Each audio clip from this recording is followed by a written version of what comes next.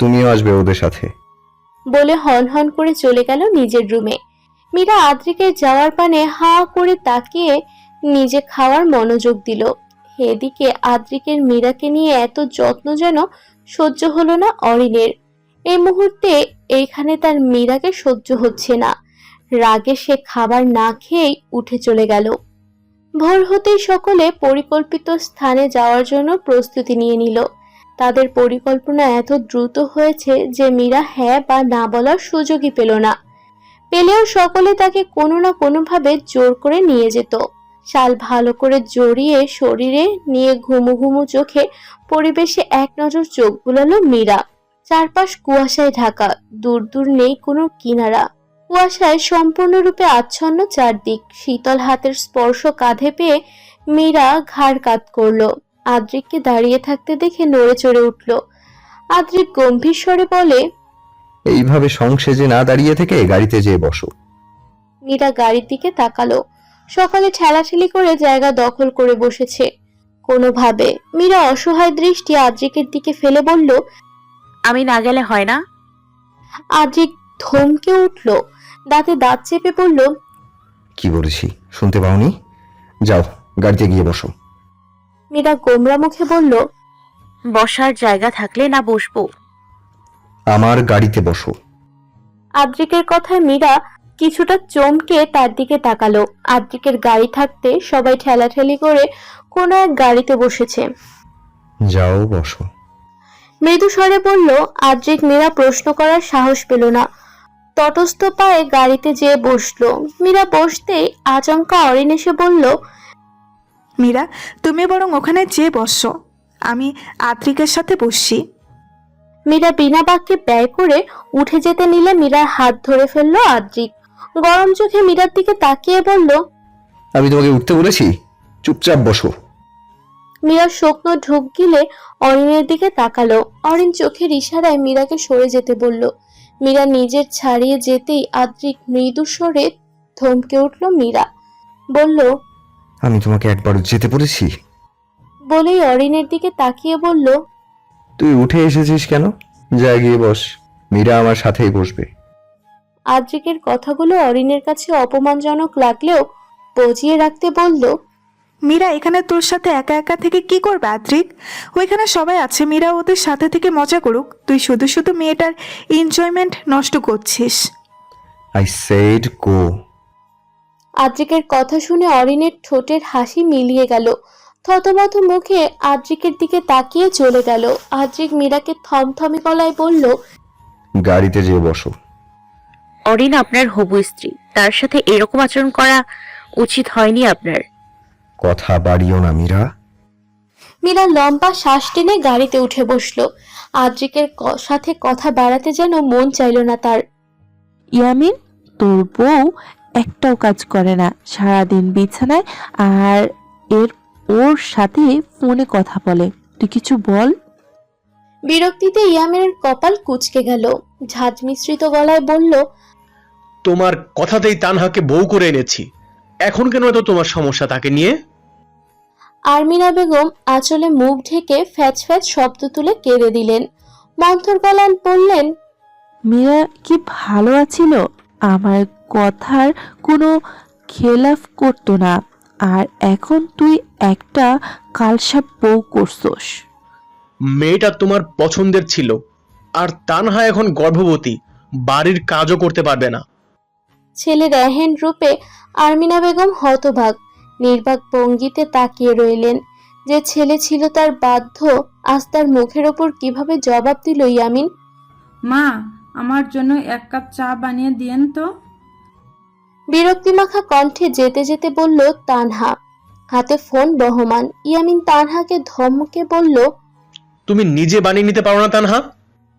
ব্যস্ত আছি বলেই তোমার মাকে বানাতে বলছি, না হলে আমি জীবনেও তাকে 1 গ্লাস পানিও ঢেলে দিতে বলিনি।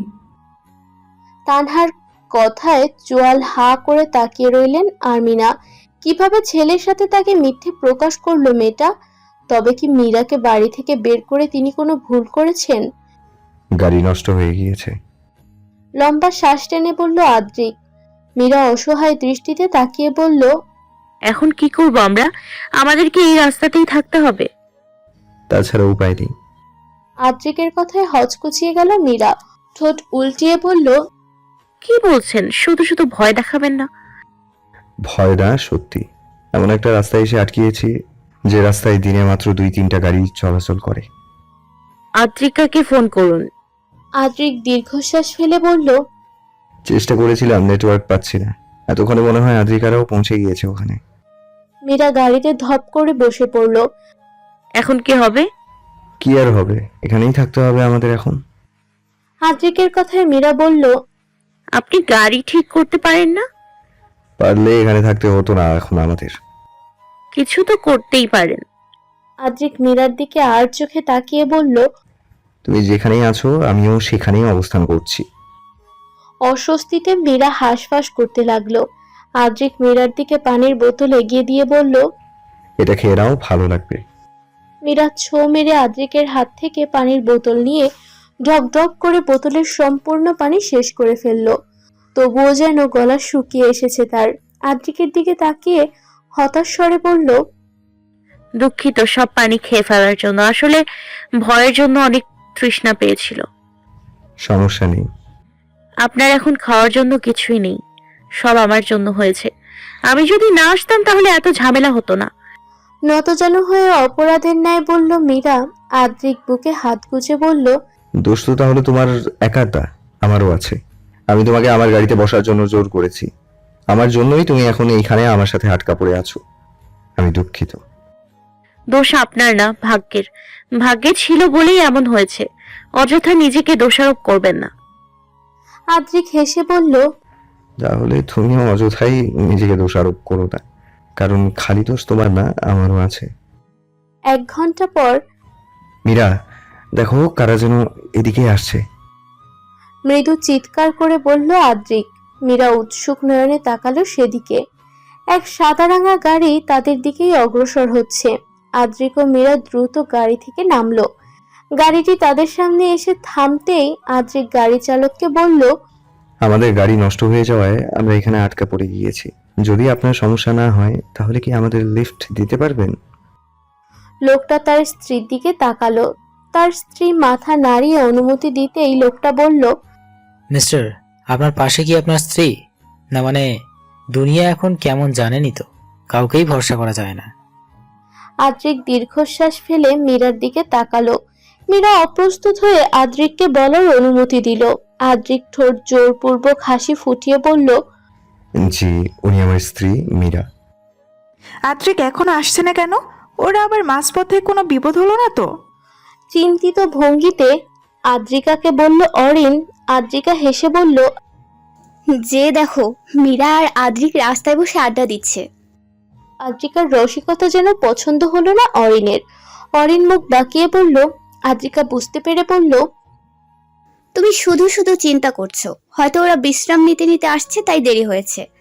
আদ্রিককে তো তুমি চেনোই। মীরার মন অবাধ্য, অস্থির, অস্বস্তিতে এদিক ওদিক তাকাচ্ছে সে। আদ্রিক চোখের ইশারায় ভরসা দিল মীরাকে। মীরা স্বস্তির নিঃশ্বাস ফেলে বসলো। মীরা আর আদ্রিকের দিকে একবার তাকিয়ে বলল, বৌদির মনে হয় অসুবিধা হচ্ছে, তাই না দাদা?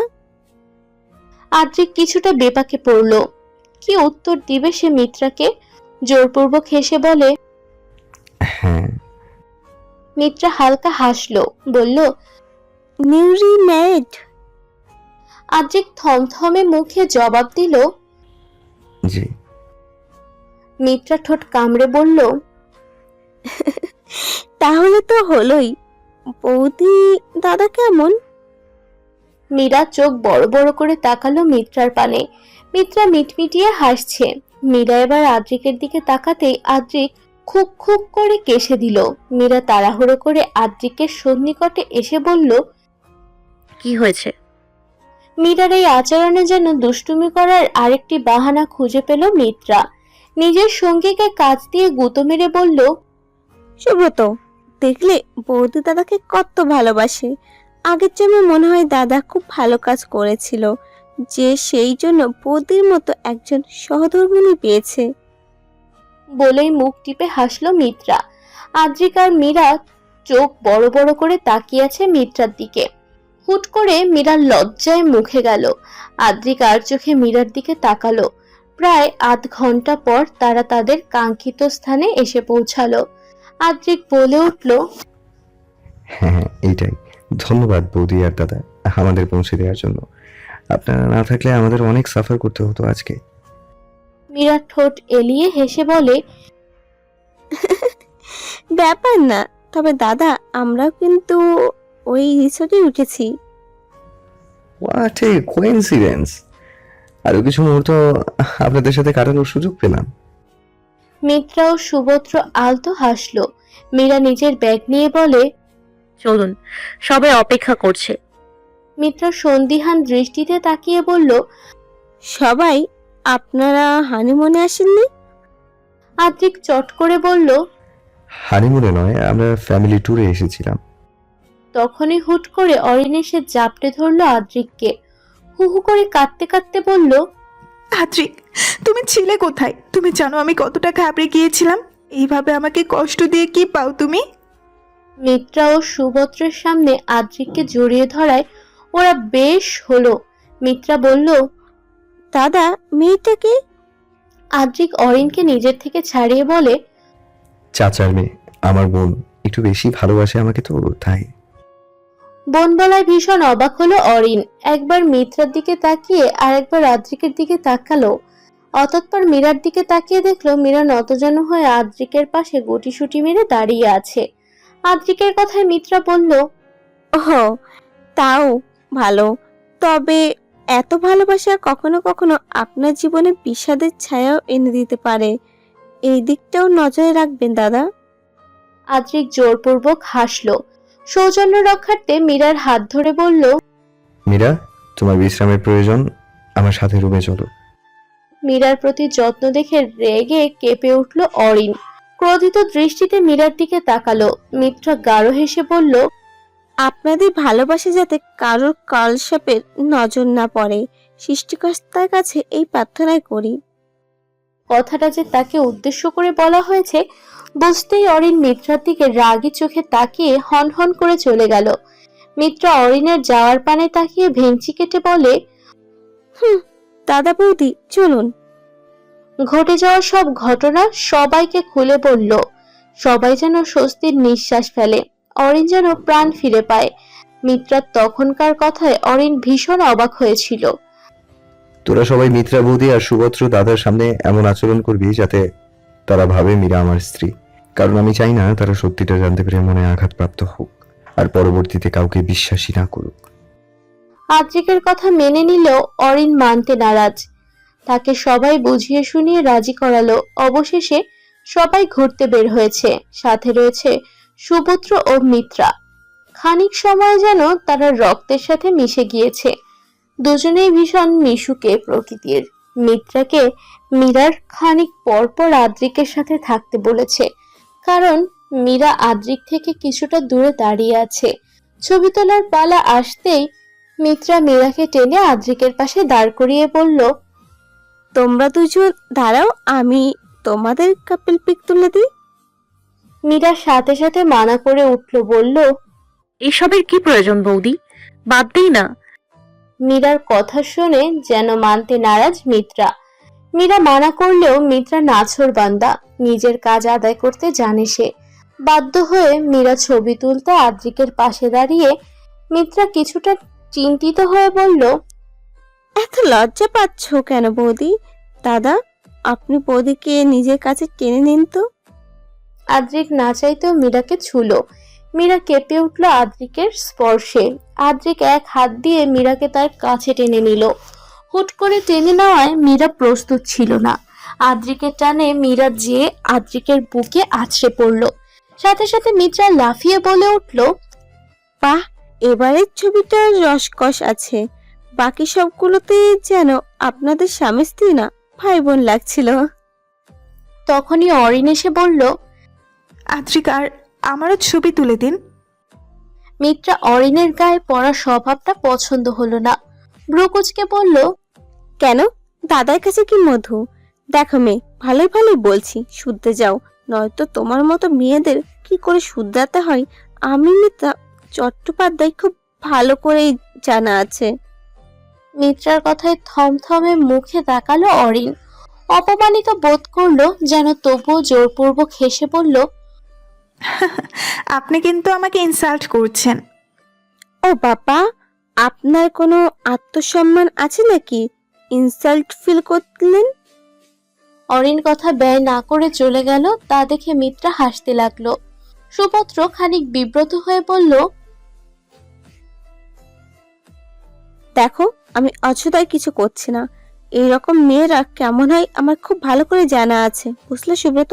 এরা মানুষের সুখের সংসারে থার্ড পার্সন হয়ে আগুন ধরিয়ে চলে যায়।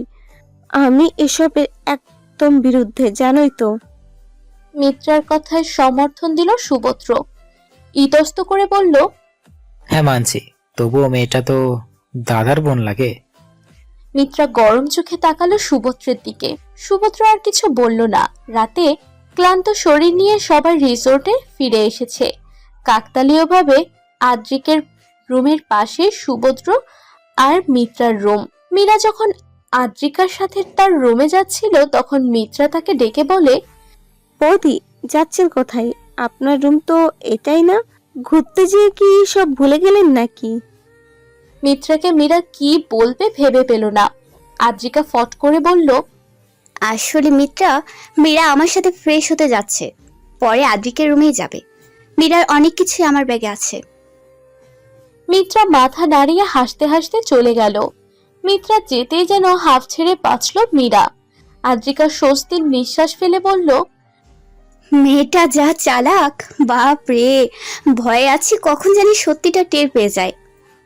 রিসর্টের মধ্যে একটা ঝিল হয়েছে। ঝিলের পাশেই ফায়ার ক্যাম্পিং করার জন্য ব্যবস্থা রয়েছে। আদ্রিকরা ঠিক করলো তারা সেইখানে ফায়ার ক্যাম্পিং করবে। তাদের সাথে রয়েছে মিত্রা ও সুপত্র। ফায়ার ক্যাম্পিং এর জন্য তাদের প্রয়োজন মতো সব এনেছে আদ্রিকরা। আড্ডা দিতে দিতে মিত্রা বলল, আড্ডা তো দেয়াই যাবে, আমরা দুধ আর টেয়ার খেলি। নীরা দৌড়াচ্ছে। কোথায় যাচ্ছে নিজেও জানে না, তবে সে দৌড়াচ্ছে। আদ্রিক তাকে এই সময় কি বলবে? I love you Meera. আচ্ছা, সে কি মীরার অতীত সম্পর্কে কিছু জানে? তার চেয়ে বড় কথা, অরিন আদ্রিককে ভালোবাসে। সে জেনে শুনে কিভাবে অন্য মেয়ের ক্ষতি করবে? একটা মেয়ের জন্য যেইভাবে তার সংসার ভেঙেছে, আজ তার জন্য হয়তোবা আরো একটি মেয়ের মন ভাঙবে, যেটা মীরা চায় না। মীরা, দাঁড়াও প্লিজ। মীরা থামলো। পরপর দুবার শ্বাস ফেলে কঠোর দৃষ্টিতে আদ্রিকের দিকে তাকালো। কঠিন গলায় বলল, আপনার লজ্জা হওয়া উচিত। সে সময় মুখ বুঝে সহ্য করেছি বলে এই নয় যে সব সময়ই সহ্য করব আপনাকে। আপনাদের মতো ছেলেদের জন্যই আমার মতো হাজারো মেয়ের মন ভেঙেছে, প্রতিনিয়ত ভাঙছে। বলে থামলো মীরা। আদ্রিক শান্ত দৃষ্টিতে মীরার দিকে তাকিয়ে বলে, মীরা, শান্ত হও। আরো কঠোর থেকে কঠোর হলো মীরার দৃষ্টি। কাটকাট গলায় বলল, কেন শান্ত হতে বলছেন আমাকে আদ্রিক? আমার সম্পর্কে কতটুকু জানেন আপনি? আপনি যে আমাকে ভালোবাসি বললেন, কোন প্রসঙ্গে বললেন? আমি অরিন আপুর মতো শিক্ষিত নই। আমি সাধারণ একটা এতিমখানায় বড় হয়েছি। শখানিক বাচ্চার মধ্যে কখনো ভাত পেয়েছি, আবার পাইনি। অতি সাধারণ আমি। আদ্রিক থমথমে গলায় বললেন, সাধারণের মধ্যে অসাধারণ তুমি মীরা, অসাধারণ। আমি ডিভোর্সি আদ্রিক। মজা করছো? মীরা তাচ্ছিল্য হেসে বলে, এখন কেন মজা করছি কিনা বলছেন? আমার কথা বিশ্বাস হয় না? এমনটা হওয়ারই ছিল। মীরা, আপনি আমার ভালোবাসাকে ঠুনকো নজরে দেখছেন। আপনি ডিভোর্সি জেনে অবাক হয়েছি, কারণ আদ্রিকা আমাদের কাউকেই এই ব্যাপারে কিছু বলেনি। অরিন আপু আপনাকে অনেক ভালোবাসে, তবুও কেন আপনি অরিন আপুকে বাদ দিয়ে আমার কাছে ভালোবাসা পেতে এসছেন? খাঁটি সোনা ছেড়ে কেউ তা আমার কাছে আসে? কখনো কখনো তামাম উপযুক্ত থাকে মীরা। মীরা বক্র হাসলো। ইয়ামিনও তাকে এরকম মিষ্টি মিষ্টি কথা বলতো, আর সেই কথাগুলোই মীরা গলে যেত। কিন্তু এখন বোঝে মীরা, সেই বোকাশোকা মীরা আর নেই। ইয়ামিনকে ছেড়ে যাওয়ার পর থেকেই দুনিয়া কি বুঝতে শিখেছে কিভাবে একা একা এই দুনিয়ায় বাঁচতে হয়। আচ্ছা, তার কি খুব কষ্ট করতে হয়েছিল? রিজিক তো আপনা আপনি তার কাছে চলে এসেছিল, কিন্তু একাকিত্বটা থেকেই গেল। যে মুহূর্তে মীরার পাশে থাকার প্রয়োজন ছিল কারো, সে মুহূর্তে মীরা একা একা লড়ছে দুনিয়ার সাথে, নয় নিজের সাথে লড়ছে। আপনার মতো কথা না আমার এক্স হাজবেন্ডও বলতো, কিন্তু শেষে কি পরিণতি হলো? বিচ্ছেদ। প্রেম করে বিয়ে ছিল, তবুও পরিণতি ভালো ছিল না। আদ্রিক অসহায় চিত্তে তাকিয়ে বলল, আমাকে সুযোগ দেওয়া যায় না মীরা? পরশু বাড়ি ফিরলে আপনার বিয়ের আয়োজন শুরু হবে আদ্রিক। আপনি বরং নিজের বিয়ের জন্য প্রস্তুত হন। বলেই আদ্রিককে ফেলে হাঁটা ধরল মীরা। বাড়ি ফিরে সবাই দেখলো মার্জিয়া বেগম বিয়ের তোড়জোড় শুরু করে দিয়েছেন ইতিমধ্যে। গত রাতের ব্যাপারে মীরা বা আদ্রিককে কেউই কিছু জিজ্ঞেস করেনি। হয়তো তাদের বোধগম্য হয়েছে ব্যাপারটা, তবে রাত থেকেই অরিন রাগে ফুঁসছে। অরিনের রাগের কারণটা সবাই ঠিকই বুঝতে পেরেছে। মীরার ব্যাপারে কথা বলতে অরিন মার্জিয়া বেগমের ঘরে টোকা দিল। মার্জিয়া বেগম হলুদের জন্য লোকদের কাজ বুঝাচ্ছিলেন। ছেলের হবু বউকে দেখে সবাইকে চলে যেতে বললেন। তারা যেতেই মার্জিয়া বেগম অরিনের হাত টেনে এনে তার পাশে বসিয়ে মুচকি হেসে বললেন, বৌমা, কিছু হয়েছে তোমার? মন খারাপ যে? অরিন জোরপূর্বক হেসে বলল, আন্টি, আসলে একজনের ব্যাপারে কথা বলার ছিল। অরিনের কথায় চিন্তিত হলেন মার্জিয়া। কি আবার কি করলো ভাবতে ভাবতে অরিনকে প্রশ্ন করলেন, মীরা, মেয়েটার হাব ভাব আমার কাছে ভালো ঠেকছে না আন্টি। কেমন যেন আদ্রিকের সাথে চিপকে থাকে। আদ্রিকের হবু হওয়ার এগুলো সহ্য হয় না আমার। আর ব্যাখ্যা দিয়ে বোঝাতে হলো না মার্জিয়া বেগমকে। তার যা বোঝার সে বুঝে নিয়েছে। মনে মনে একটু বিরক্তও হয়েছে সে মীরার প্রতি। অরিনের যেতেই মার্জিয়া বেগম মীরার রুমে গেলেন। মীরা তখন বারান্দায় দাঁড়িয়ে পুরনো দিনের কথা ভাবছিল। মার্জিয়া বেগমের ডাকে তার কাছে যেয়ে বলল, কিছু বলবেন আন্টি? আদ্রিকের হলুদ কাল, জানো তো, তাই না? মীরা মাথা নাড়ালো। মার্জিয়া বেগম বললেন, সোজা সাপটা কথা বলি, মনে নিও না। তুমি আদ্রিকের থেকে একটু দূরে থেকো। অরিনের পছন্দ হচ্ছে না। আসলে ছেলেটার সামনে বিয়ে, অরিনের হবু বউ, যার সাথে সারা জীবন থাকতে হবে, তার জন্য মনে হালকা সন্দেহ থাকলেও সংসারটা টিকে না। বুঝতেই পারছো আমি কি বলতে চাচ্ছি? পারছি। মার্জিয়া বেগম হালকা হেসে চলে গেলেন। ওনার যেতেই মীরা দরজা বন্ধ করে ধপ বিছানায় শুয়ে পড়ল। চোখ দিয়ে এক ফোঁটা পানি পড়ল। মার্জিয়া বেগমের কথায় মীরা কষ্ট পেয়েছে। সে তো কিছুই করেনি, তবে কেন তাকে ভুল বুঝলো অরিন? মীরা, তুমি এখনো গত পরশু রাগ পুষে রেখেছো। আপনার জীবনে নতুন অধ্যায় শুরু হবে কাল থেকে। শুধু শুধু আমার পিছিয়ে পড়ে না থেকে নতুন জীবন নিয়ে চিন্তা করুন। আদ্রিক মৃদু জোরে বলল, আমি এই বিয়েটা করব না মীরা। জেদের বশে ভুল সিদ্ধান্ত নিচ্ছেন আপনি আদ্রিক। আপনি আর আমি এটা সম্ভব না কিছুতেই। আদ্রিক বক্র হেসে বলল, সম্ভব মীরা। আমি তোমাকে বিয়ে করব পরশু দিনের মধ্যেই। আমি তোমার সামনে নিজের ভালোবাসা প্রমাণ করেই ছাড়বো, আর তুমি নিজেই আমাকে ভালোবাসি বলবে। আদ্রিক, পাগলামো বন্ধ করবেন দয়া করে। জীবন আপনার যত সহজ মনে, আসলে তত সহজ না এই জীবন। ধরেন বিয়ে হলো, আমি ডিভোর্সি, সেটা আপনার পরিবার জানলে আমাকে মেনে নেবে? আপনার দাদি জীবনেও মেনে নেবে না, যেখানে তিনি অরিন আপুকেই মেনে নিচ্ছে না। সংসারটা আমি করব, তারা নয়। আমার জীবনের সিদ্ধান্ত নেওয়ার অধিকার খালি আমারই আছে, আর কারো নয় মীরা। মীরা বুঝতে পারলো আদ্রিকের সাথে কথা বাড়িয়ে কোনো লাভ নেই।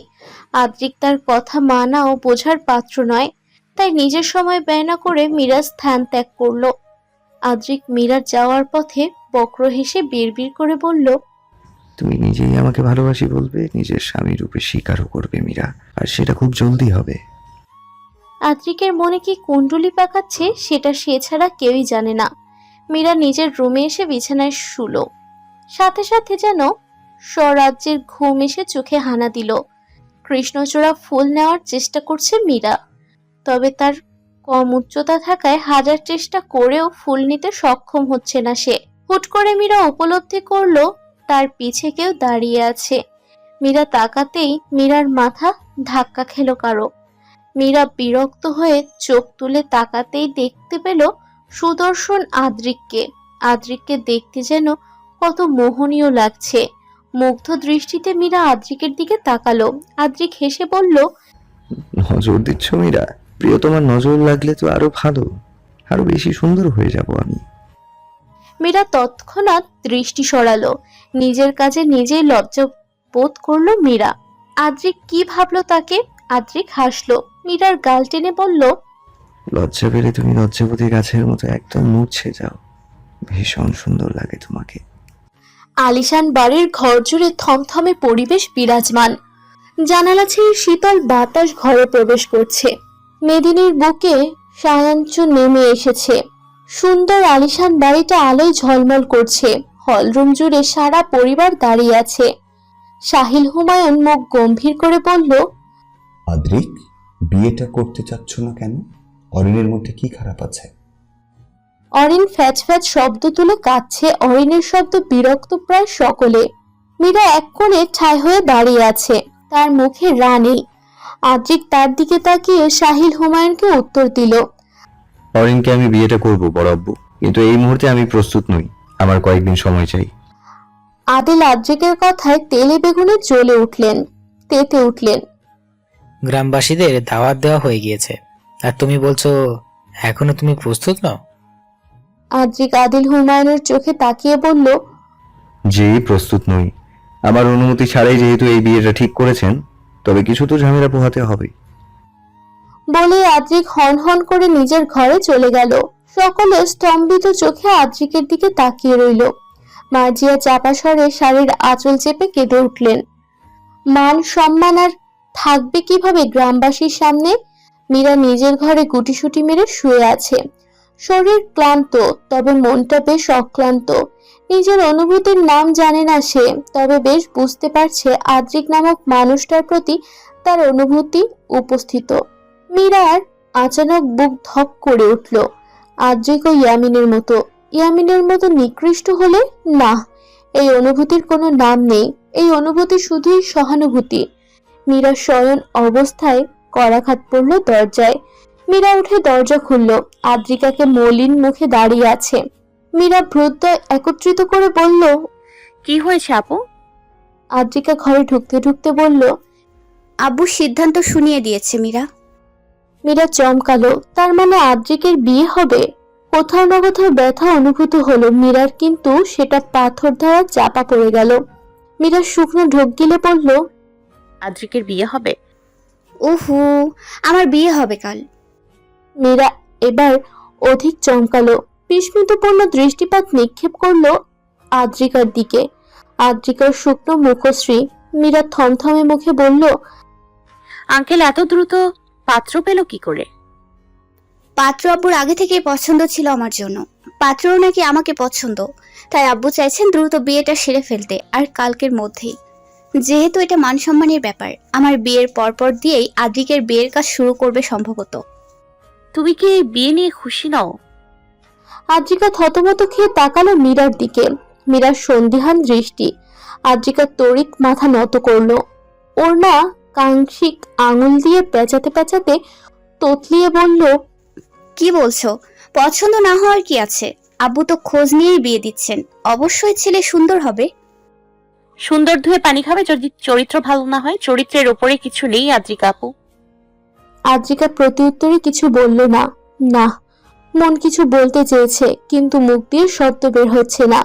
চোখের কোণে নোনা জল চিকচিক করছে। মীরা লক্ষ্য করলো তা। সরু চোখে তাকালো আদ্রিকের দিকে। আদ্রিকা ভান ধরে মুখ ফিরিয়ে কৌশলের সহিত সন্তপর্ণে চোখ মুছে নিল।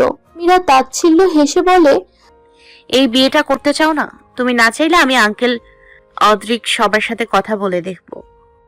আদ্রিকা চোখ মুখ শক্ত করে বলল, মীরা, এটা আমাদের সম্মানের ব্যাপার। আদ্রিকের পরে যদি আমিও বিয়েতে না করে দেই, তবে আমাদের মান সম্মান এই গ্রামে থাকবে না। আব্বু অসুস্থ হয়ে পড়বেন। মীরা মুচকি হাসলো। মীরা কতই না কষ্ট করে পরিবারের জন্য। সেই মেয়েরাই একসময় তাদের পর করে দেওয়ার জন্য উঠে পড়ে লাগে। মেয়ে মানুষ মানেই কি পুতুল? আদ্রিকা থমথমে মুখে উঠে চলে গেল। এদিকে আর এক মুহূর্ত থাকলে মীরা তাকে বিভ্রান্তিতে ফেলে দেবে, যা সে কিছুতেই চায় না। আদ্রিকা সন্তপর্ণে দরজা ছেড়ে নিজের ঘরে গেল, কিন্তু লক্ষ্যই করল না দরজার সামনে কেউ দাঁড়িয়ে তাদের কথা মনোযোগ সহকারে শুনছিল। আদ্রিকা যেতেই অবয়বটিও জায়গা ত্যাগ করলো। বাড়ির বিয়ের আমেজে মুখরিত, চারপাশে ফুল দিয়ে সজ্জিত করা হচ্ছে। বাড়ির গিন্নিরা শাড়ির আঁচল কোমরে বেঁধে ছুটোছুটি করছে। পুরুষরা আলোচনায় বৈঠক বসেছে। কাজের মহিলা চা দিচ্ছে একে একে সবাইকে। মীরাও হালকা পাতলা হাত লাগাচ্ছে কাজে। কাজ তো একদমই ফেলে দেওয়া যায় না। মীরা এক হাত দিয়ে খোলা চুলগুলো খোপা করে কাজ করছে, কিন্তু খোপা চুল বেশিক্ষণ টিকলো না। তার পূর্বেই খোপা খুলে উন্মুক্ত হয়ে গেল তার বিশাল চুল। অনেকবার চুল কাটাতে চেয়েও মীরা পারেনি টাকার অভাবে। ভেবেছিল বিয়ের পর ইয়ামিনকে দিয়ে চুল কাটাতে যাবে পার্লারে, কিন্তু ইয়ামিনের মার তা পছন্দ ছিল না বিধায় কোনো দিনও মীরা চুল কাটেনি। তবে মাঝে মাঝে ঘরে বসেই চুলের আগাছা কাটতো সে। মীরা পুনরায় চুল ঠিক করবে তার আগেই নিজের চুলে কারো স্পর্শ পেল। মীরা ঈষৎ কেঁপে উঠল। ঘাড় কাত করে আদ্রিককে দেখতে পেয়ে চমকালো। তাড়াতাড়ি সরে দাঁড়াতে নিল আদ্রিক এক হাত দিয়ে মীরার বাহু চেপে বলল, আমি চুল ঠিক করে দিই, দাঁড়াও। মীরা ঠায় হয়ে দাঁড়িয়ে রইল, নড়ল না কিঞ্চিত পরিমাণও। আদ্রিক তা দেখে মুচকি হেসে মীরার চুলে হাত দিয়ে আলতো করে বুলালো। খোপা করে সুন্দর বেনি ফুলের মালা লাগিয়ে দিল তাতে। মীরা চমকে বলল,